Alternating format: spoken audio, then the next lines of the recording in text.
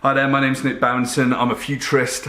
I talk about how technology changes humanity and how humanity changes technology. I was in Toronto last week. I went to a bookstore that specialized in cookbooks, and I found this amazing piece of speculative design fiction. It's called the In Vitro Meat Cookbook, and it's got a bunch of recipes in it that talk about how you can use lab-grown meat and various other products that don't harm animals in cooking, whilst we still need our protein. So it's really interesting, and some of the recipes are pretty far out there. Imagine if we could take dinosaur DNA and create our own Tyrannosaurus steak. Imagine if we could create harm-free foie gras just by using stem cells. Now this is an interesting and very speculative future, but will it happen?